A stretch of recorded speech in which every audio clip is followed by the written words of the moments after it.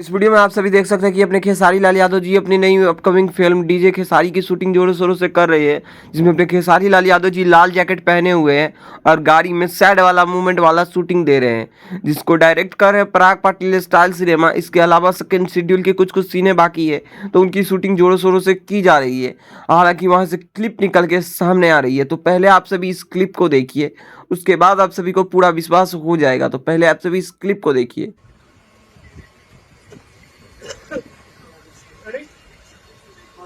Slowly roll. Rolling and action. Doctor ने बोला कि भाई मर जाएगा तेरा बाप।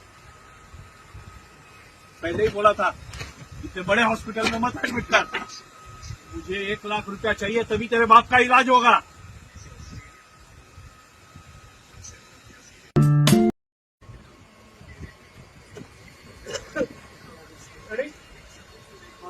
Slowly roll. Rolling and action.